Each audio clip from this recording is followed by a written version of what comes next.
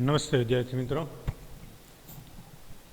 આપણે ગયા લેક્ચરની અંદર વિવિધ પ્રકારના પોષક દ્રવ્યોનું આપણા પાચન માર્ગની અંદર પાચન કઈ રીતે થાય એ જોયું હતું.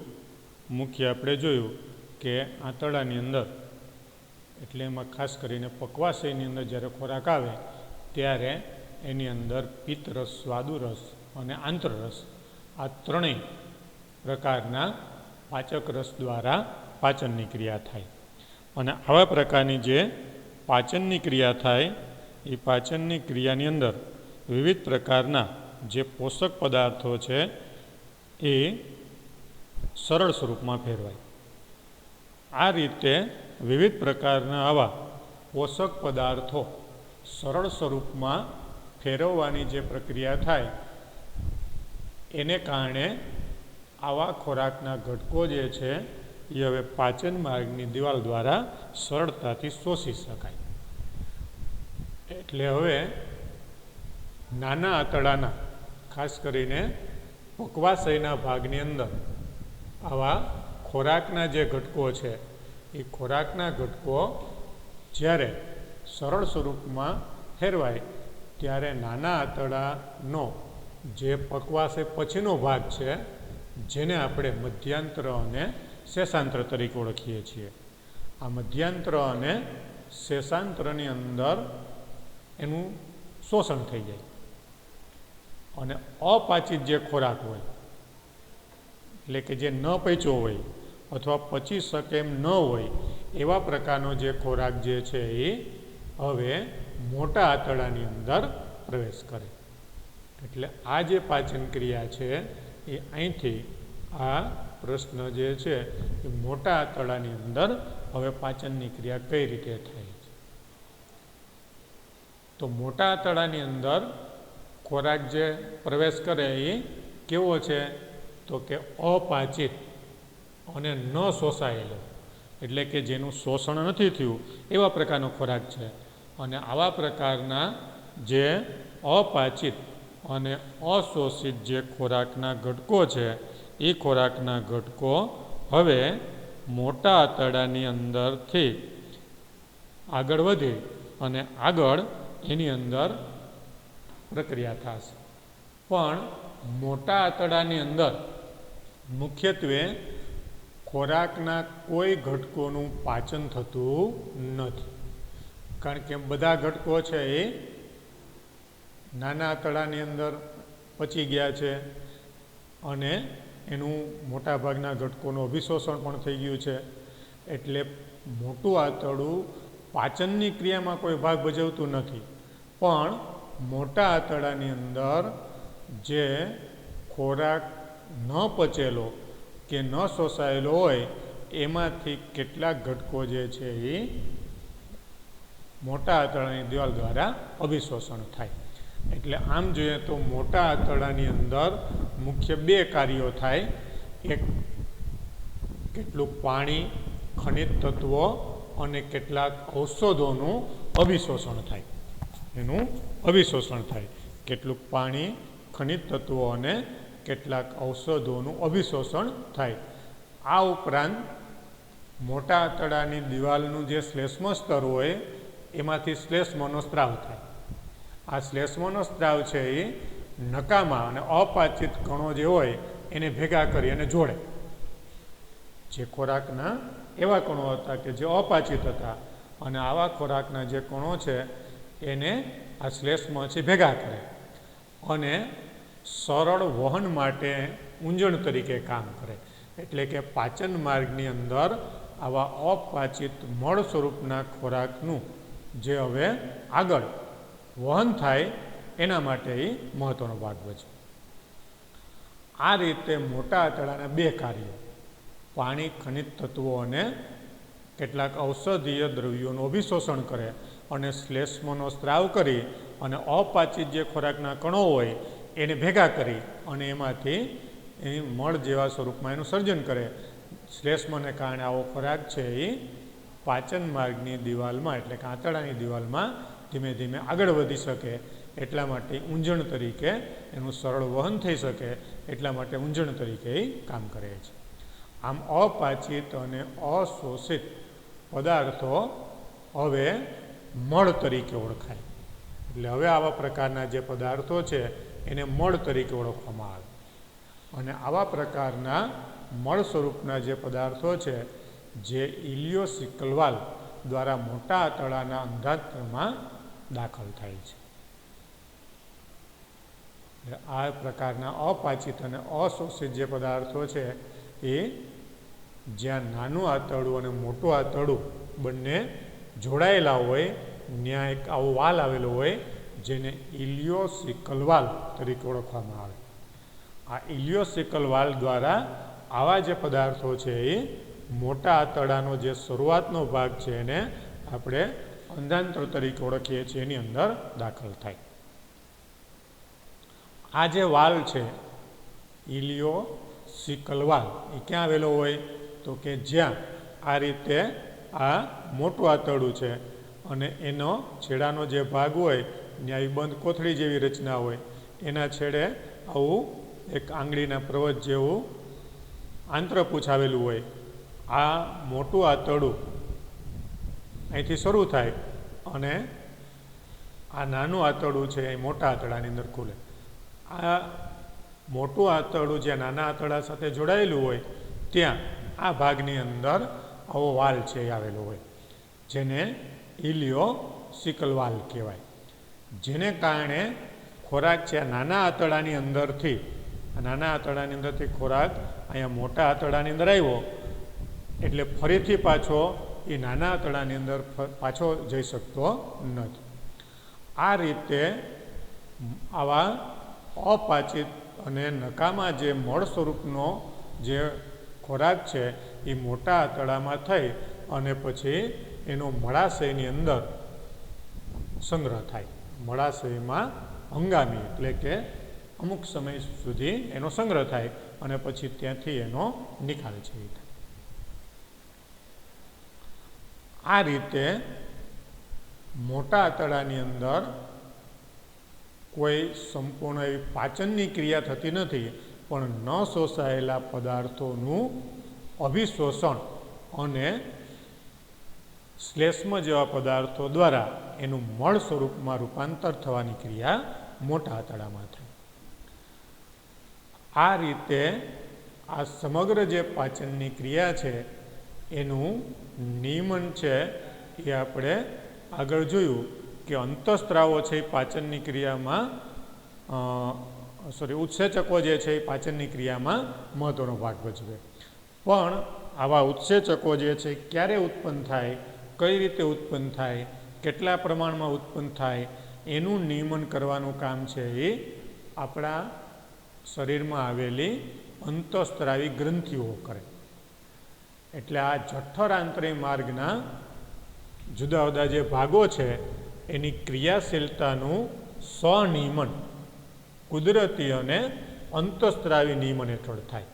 એટલે કે કેટલા પ્રમાણમાં અંતઃસ્ત્રાવો નિર્માણ કરવા, કેટલા પ્રમાણમાં જુદા જુદા પ્રકારના પાચક રસો નિર્માણ કરવા, કેટલું શ્લેષ્મ નિર્માણ કરવું, ક્યારે ખોરાક છે એનું પાચન થઈ ગયા પછી આગળ એને ધકેલવો, આ બધા પ્રકારનું નિયમન કરવાનું કામ કોણ કરે તો કે અંતઃસ્ત્રાવી તંત્ર દ્વારા એનું નિયમન થાય.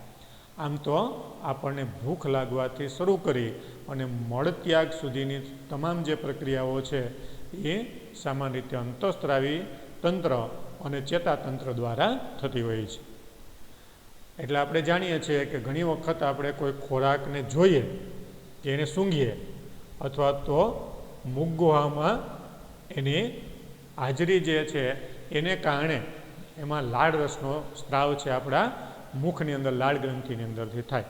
આપણને ભાવતો એક ખોરાક આવે, આપણી સામે આવે, આપણે એની ગંધ લઈએ અથવા તો આવા ખોરાકને આપણે જ્યારે મુખ ગુહાની અંદર મૂકીએ ત્યારે એમાંથી લાળ રસનો સ્ત્રાવ થાય. આ રીતે જઠરીય અને આંતરિક સ્ત્રાવો પણ સમાન રીતે કુદરતી સંકેતો દ્વારા જ ઉત્પન્ન થાય. એ રીતે જે જઠરમાંથી ઉત્પન્ન થતો જઠર રસ અને આંતરિક સ્ત્રાવો એટલે આંતરરસ, અને એ જ રીતે જે આપણે આગળ જોઈ ગયા એમ જે પિત્તરસ અને સ્વાદુરસ જે યકૃત અને સ્વાદુપિંડમાંથી ઉત્પન્ન થાય એ કુદરતી રીતે જ એનું સાંકેતિક ઉત્તેજના દ્વારા, એટલે કે આવો ખોરાક જે છે જેમ જેમ પાચન માર્ગની અંદર આગળ વધતો જાય એમ એનું નિયમન છે એ થતું જાય અને આવા સ્ત્રાવ ઓછી ઉત્પન્ન થતા જાય. પાચન માર્ગના વિવિધ ભાગોના આવા સ્નાયુઓની ક્રિયાઓ પણ સ્થાનિક અને મધ્યસ્થ ચેતાતંત્ર એમ બંને કુદરતી પ્રક્રિયાઓ દ્વારા આવા પ્રકારના સ્ત્રાવોનું નિયમન કરે. એટલે પાચન માર્ગના જે સ્નાયુઓ છે એનું સંકોચન અને શિથિલન થાય, જેને કારણે ખોરાક છે વલોવાય, ખોરાક છે આગળ વધે, પાચન માર્ગનું પરિસંકોચન થાય એટલે ખોરાક છે એ અન્નનળીમાંથી જઠરમાં પચી ગયા પછી એમાંથી પકવાશયમાં, પછી ત્યાંથી મધ્યાંત્રમાં, પશ્ચાંત્રમાં, પછી મોટા આંતરડામાં, આ રીતે ખોરાક છે એ આગળ વધતો જાય. આ રીતે આવા સ્નાયુઓની ક્રિયાશીલતાનું નિયમન છે એ મધ્યસ્થ ચેતાતંત્ર દ્વારા, એટલે કે આપણા મગજ દ્વારા એનું નિયમન થાય. આ રીતે ચેતાતંત્ર અને અંતઃસ્ત્રાવી તંત્ર જે છે એ આ બધી ક્રિયાઓનું નિયમન કરે છે. આ રીતે આ બંને પ્રક્રિયાઓ છે એ, એટલે કે અંતઃસ્ત્રાવી તંત્ર અને ચેતાતંત્ર દ્વારા આવા પાચનની ક્રિયાના નિયમનની ક્રિયા થતી જોવા મળે. એ જ રીતે જે પાચક રસોનો સ્ત્રાવ એ અંતઃસ્ત્રાવી નિયંત્રણ હેઠળ થાય, જ્યારે આંતરિક શ્લેષ્મ સ્તરમાંથી ઉત્પન્ન થતા સ્થાનિક અંતઃસ્ત્રાવો પણ એની અંદર મહત્વનો ભાગ ભજવે. કે પાચક રસોના જે સ્ત્રાવ છે એનું નિયમન જે છે એ પણ જુદા જુદા અંતઃસ્ત્રાવોની અસર નીચે થાય. આપણે ખોરાક જે છે એને મુખ ગુહાની અંદર ચાવીએ ત્યારે લાળ રસનો સ્ત્રાવ પ્રેરવા માટે વિવિધ અંતઃસ્ત્રાવો કામ કરતા હોય, એ રીતે જઠ્ઠર રસનો સ્ત્રાવ પ્રેરવા માટે વિવિધ પ્રકારના અંતઃસ્ત્રાવો છે એ કામ કરતા હોય. એ રીતે સ્વાદુરસ, પિત્તરસ, આંતરરસ એ બધાનો જે સ્ત્રાવ છે એ વિવિધ પ્રકારના અંતઃસ્ત્રાવો દ્વારા એનું નિયમન થાય છે. એટલે આ રીતે આવા પાચક રસોના સ્ત્રાવનું અંતઃસ્ત્રાવી નિયંત્રણ થાય અને જઠ્ઠર અને આંતરિય જે શ્લેષ્મ સ્તર જ હોય એની અંદરથી જ આવા અંતઃસ્ત્રાવ ઉત્પન્ન થાય. જેમ આપણા શરીરની અંદર અલગ અલગ અંતઃસ્ત્રાવી ગ્રંથિઓ આવેલી હોય ને, જેમ કે પિચ્યુટરી ગ્રંથિ છે, થાઇરોઇડ ગ્રંથિ છે, થાઇમસ ગ્રંથિ, એડિનલ ગ્રંથિ, એ આપણે જાણીએ છીએ. તો એમાંથી જેમ અંતઃસ્ત્રાવ ઉત્પન્ન થાય એમ જઠ્ઠર અને આંતરડાની દિવાલનું જે શ્લેષ્મ સ્તર હોય એમાંથી પણ આવા અંતઃસ્ત્રાવ ઉત્પન્ન થાય. એટલે એના અહીંયા સ્થાનિક અંતઃસ્ત્રાવો તરીકે ઓળખવામાં આવેલા છે. એટલે એને આવા સ્થાનિક અંતઃસ્ત્રાવો તરીકે અહીંયા ઓળખવામાં આવેલા છે. કારણ કે એ પાચન માર્ગની દિવાલમાંથી જ ઉત્પન્ન થાય.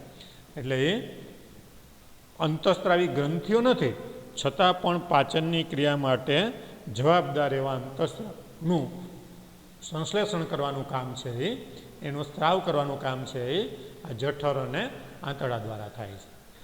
આ રીતે આ સમગ્ર જે પાચનની ક્રિયા છે એનું નિયમન અને નિયંત્રણ છે એ અંતઃસ્ત્રાવી તંત્ર અને ચેતાતંત્ર કરે, જેથી કરીને આપણા પાચન માર્ગની અંદર સંપૂર્ણ પાચનની ક્રિયા થાય.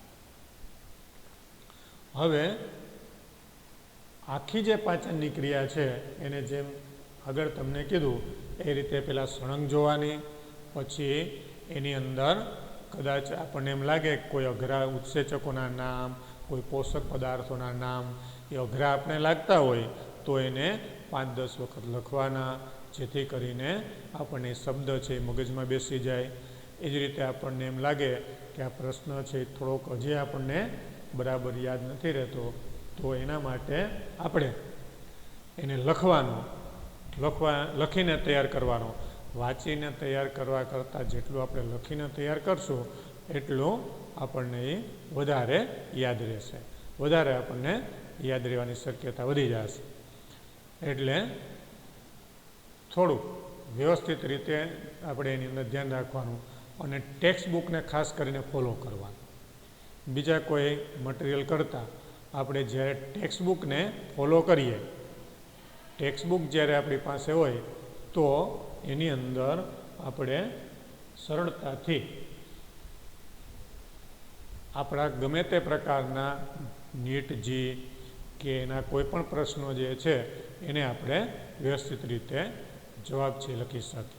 કારણ કે આ બધા જ પ્રકારના જે આપણા કોઈ પણ પ્રકારના MCQ પ્રશ્નો હશે કે નીટ કે જીના કોઈ પણ પ્રશ્નો હશે તો એ આપણી ટેક્સ્ટબુક ઉપર જ આધારિત હશે. અત્યાર સુધીનો રેકોર્ડ છે કે નીટના કોઈ પણ પેપર જે છે એ NCERTની ટેક્સ્ટબુકની બહાર ક્યાંય પૂછાણા નથી.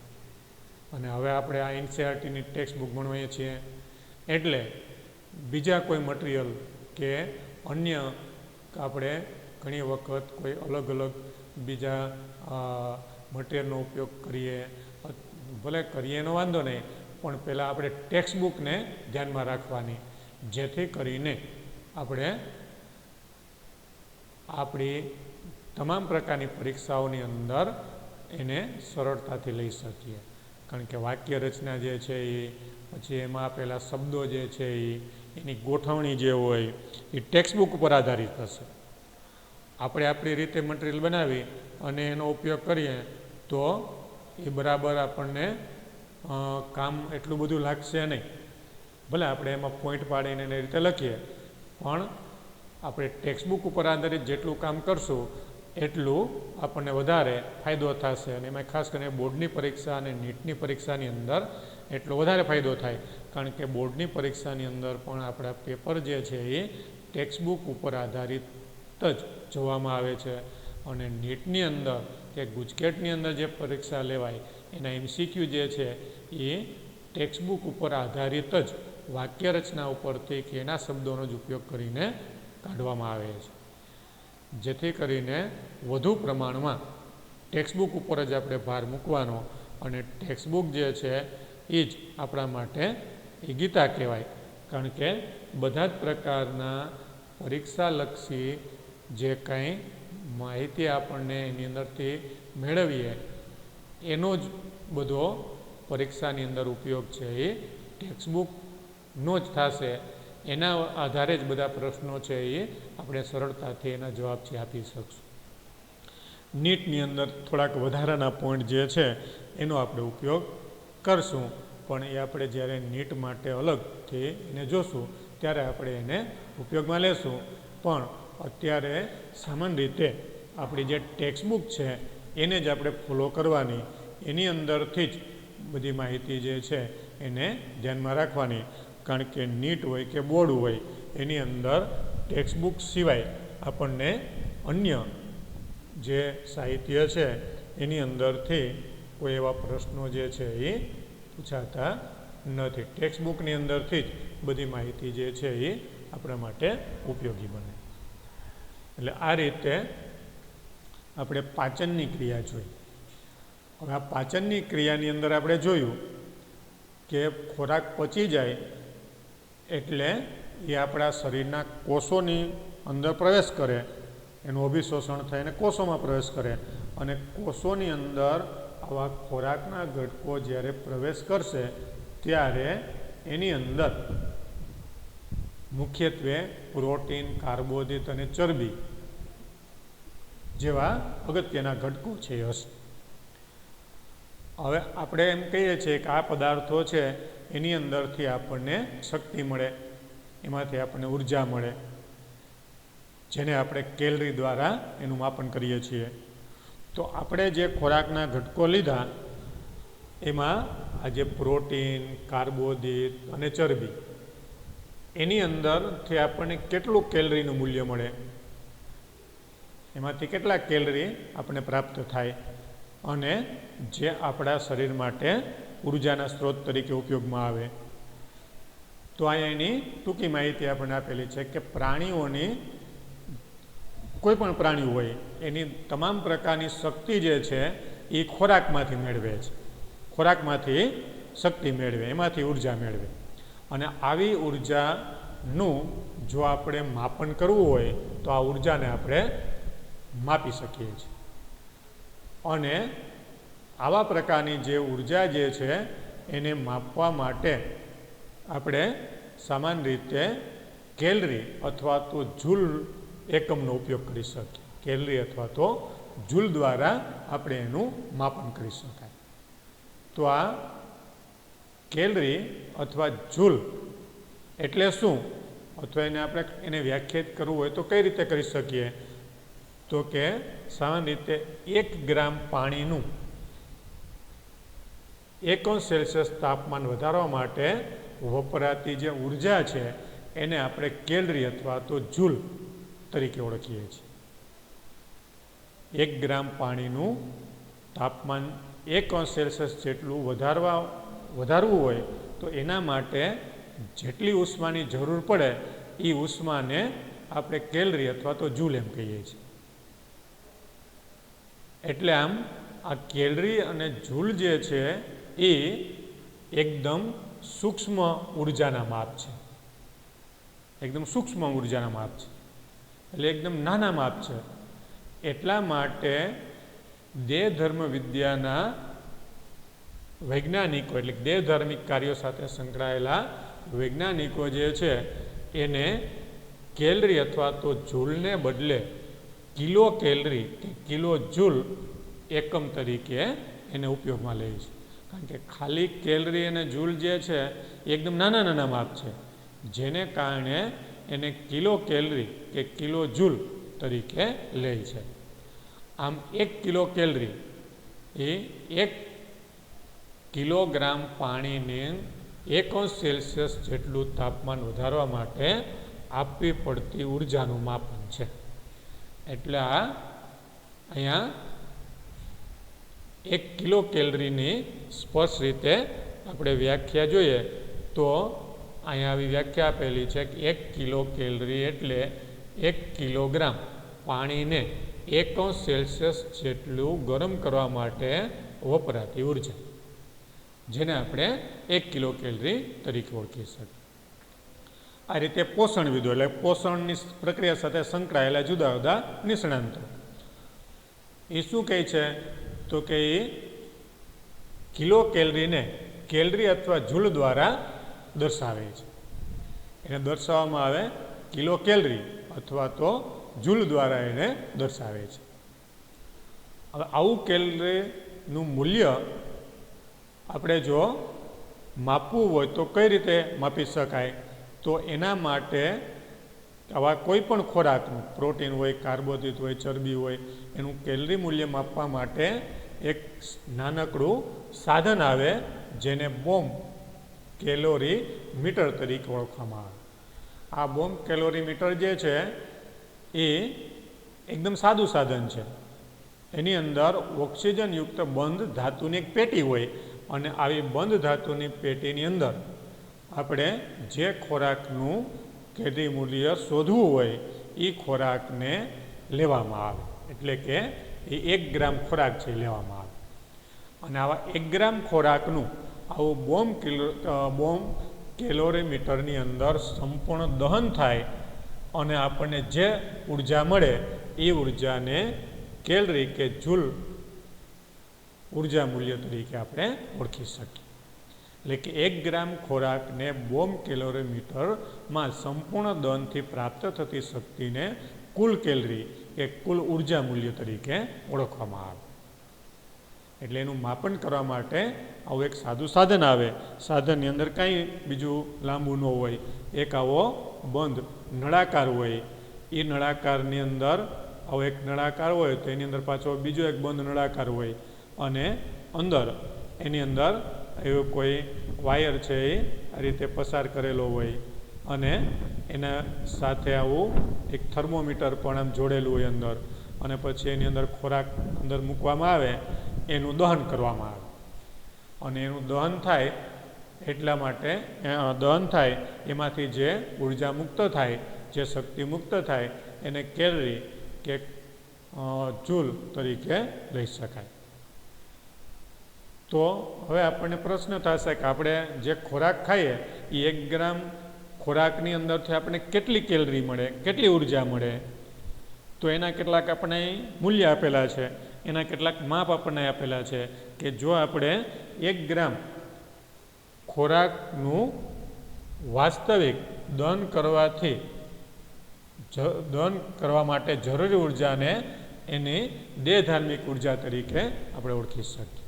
કે કોઈ ખોરાકના ઘટક હોય એને આપણે 1 ગ્રામ લઈએ અને એનું વાસ્તવિક એટલે કે એનું સંપૂર્ણ દહન થાય એના માટે જેટલી ઉર્જાની જરૂર પડે એને એનું શું કહેવાય? દેહધાર્મિક મૂલ્ય. દેહધાર્મિક મૂલ્ય શા માટે? તો કે આપણે આવા પ્રકારની જે ઉર્જા છે એનો આપણા શરીર માટે, આપણા દેહધાર્મિક કાર્યો માટે ઉપયોગ કરીએ છીએ. એટલે એનું દેહધાર્મિક મૂલ્ય જે છે એ 1 ગ્રામ ખોરાકના વાસ્તવિક દહન માટે જરૂરી ઉર્જાને એનું દેહધાર્મિક મૂલ્ય કહેવાય. હવે જે આપણને એમાંથી પ્રાપ્ત થાય એને કુલ કેલરી અથવા તો કુલ ઉર્જા કહેવાય. અને પછી આપણા શરીર માટે એ ઉપયોગમાં આવે, જેટલી ઉપયોગમાં આવે એને શું કહેવાય? તો કે એને આપણે દેહધાર્મિક મૂલ્ય કહેવાય. દાખલા તરીકે આપણે જો કાર્બોદિત પદાર્થનું આવું દહન કરીએ તો એની અંદરથી 4.1 કિલો કેલરી 1 ગ્રામ કાર્બોદિતનું દહન કરતાં પ્રાપ્ત થાય. એ રીતે પ્રોટીનનું દહન થાય ત્યારે 5.65 કિલો કેલરી પ્રતિ ગ્રામ આવી ઉર્જા છે એ કુલ ઉર્જા પ્રાપ્ત થાય. અને ચરબીનું જ્યારે દહન થાય ત્યારે 9.45 કિલો કેલરી પ્રતિ ગ્રામ આપણને ઉર્જા છે એ મળે. હવે એ શું થયું? તો કે કુલ મૂલ્ય થયું. હવે આપણે જેટલી આવી ઉર્જા મળે એમાંથી જે ઉર્જા પ્રાપ્ત કરીએ એ કુલ કેલરી જે છે એ બધી આપણા શરીર માટે ઉપયોગમાં લઈ શકતા નથી. કારણ કે અમુક એ ઉર્જા છે એ આપણા શરીરમાં ઉપયોગમાં લેવા માટે વપરાય છે. એટલે એના માટે જે વપરાયા પછી જે આવી ઉર્જા મળે એને એનું દેહધાર્મિક મૂલ્ય કહેવાય. એટલે આ જે કાર્બોદિતનું કુલ કેલરી મૂલ્ય 4.1 છે પણ એનું દેહધાર્મિક મૂલ્ય કેટલું થશે? તો કે 4.0 કેલરી એનું દેહધાર્મિક મૂલ્ય થાય. એ જ રીતે પ્રોટીનનું આવું જે કુલ કેલરી મૂલ્ય છે એ 5.65 કિલો કેલરી છે પણ એનું દેહધાર્મિક મૂલ્ય છે એ 4.0 થશે. એટલે પ્રોટીનમાંથી જે આપણને કુલ ઉર્જા મળે એ ઉર્જામાંથી આપણે લગભગ 1.65 કિલો કેલરી ઉર્જા છે એ એનું રૂપાંતર કરવા માટે અને આપણા શરીરમાં ઉપયોગમાં લેવા માટે વપરાય છે. એટલે આપણને પ્રોટીનના દહનથી જે કુલ કેલરી મળે એમાંથી આપણા શરીરને ઉપયોગમાં લઈ શકાય એટલું કેલરીનું મૂલ્ય છે 4 કિલો કેલરી મૂલ્ય થાય, જે એનું દેહધાર્મિક મૂલ્ય કહેવાય. અને ચરબીની અંદરથી કુલ કેલરી છે આપણે 9.45 મળે પણ એનું દેહધાર્મિક મૂલ્ય એટલે કે આપણે શરીરમાં ઉપયોગમાં લઈ શકીએ એટલું જે મૂલ્ય છે એ 9 કિલો કેલરી થાય. એટલે આ રીતે જે આપણને કુલ એમાંથી ઉર્જા મળે એને કુલ કેલરી કહેવાય. અને પછી આપણા શરીર માટે એને ઉપયોગમાં લઈ શકાય ત્યારે એમાંથી અમુક ઉર્જા વપરાઈ જાય અથવા તો વેડફાઈ જાય અને આપણને જે મળે એને એનું દેહધાર્મિક મૂલ્ય કહેવાય. કાર્બોદિતનું કુલ કેલરી મૂલ્ય છે 4.1 છે અને એનું દેહધાર્મિક મૂલ્ય 4 કિલો કેલરી છે. એટલે પ્રોટીનનું કુલ કેલરી મૂલ્ય 5.65 કિલો કેલરી થાય અને એનું દેહધાર્મિક મૂલ્ય છે એ 4 કિલો કેલરી થાય. એ રીતે ચરબીનું કુલ કેલરી મૂલ્ય છે 9.45 અને એનું દેહધાર્મિક મૂલ્ય છે 9 કિલો કેલરી થાય. આ આંકડા છે કેટલા છે? તો કે 1 ગ્રામ આવા પ્રોટીન, કાર્બોદિત કે ચરબીનું ઉષ્મા સ્વરૂપમાં રૂપાંતર કરવામાં આવે એટલે કે એનું સંપૂર્ણપણે વિઘટન થાય ત્યારે પ્રાપ્ત થતું આ કેલરી મૂલ્ય છે. એટલે આ રીતે જુદા જુદા ખોરાકના ઘટકો જે આપણે ઉપયોગમાં લઈએ છીએ એ ખોરાકના ઘટકોને આપણા શરીરની અંદર જ્યારે ઉર્જા મેળવવા માટેનો ઉપયોગ થાય ત્યારે એમાંથી આપણને જે પ્રાપ્ત થાય એને આપણે એનું ઉર્જા મૂલ્ય અથવા તો એને આપણે એના કેલરી મૂલ્ય તરીકે લઈ શકીએ. એટલે આ રીતે પ્રોટીન, કાર્બોદિત અને ચરબીનું આ કેલરી મૂલ્ય અને એનું દેહધાર્મિક મૂલ્ય આપણને મળે.